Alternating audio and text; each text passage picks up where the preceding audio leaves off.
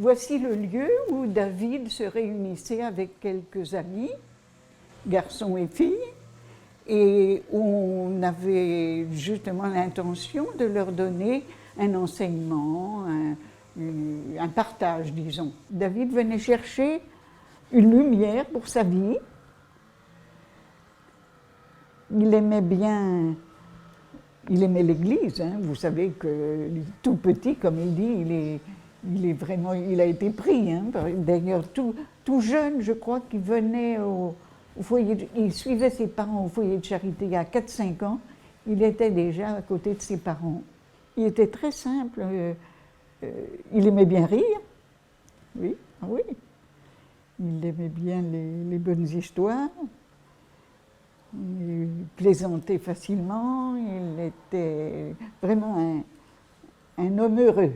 Il était souvent ici parce que le soir, il venait au vêpres après son travail et il restait jusqu'à accompli. Et on l'apercevait dans le fond de l'église en train de prier.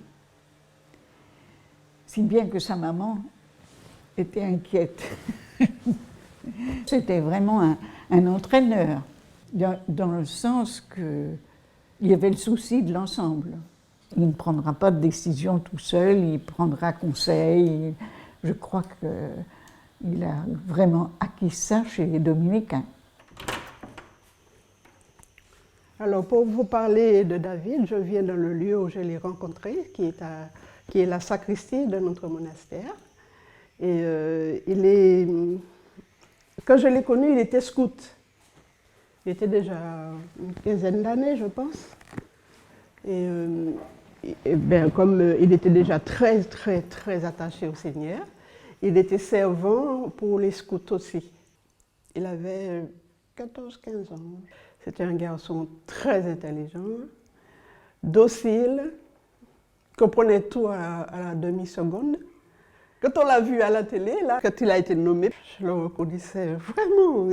Il n'a rien perdu de ce qu'il était quand il était jeune. Ces petites mimiques de tête. J'avoue que quand on a su qu'il a été nommé, ça a été une grande, très très grande joie, vraiment.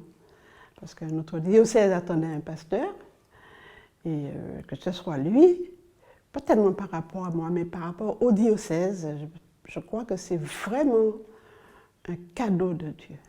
Un cadeau de Dieu. Mais il ne fait que donner ce qu'il est. Et ce qu'il est, c'est d'être heureux avec Jésus.